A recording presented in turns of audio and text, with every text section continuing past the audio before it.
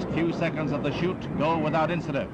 The Centaur climbs to 30,000 feet, then malfunction.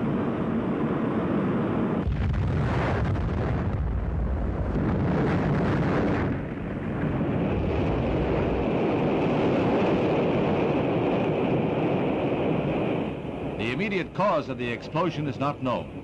But if it happened in the Atlas booster, it means a probable delay for the next U.S. orbital flight by astronaut Malcolm Carpenter. Long-lens cameras capture pieces of the wrecked missile falling into the sea, falling like a wounded bird. However, in the race for space, scientists find progress in every phase.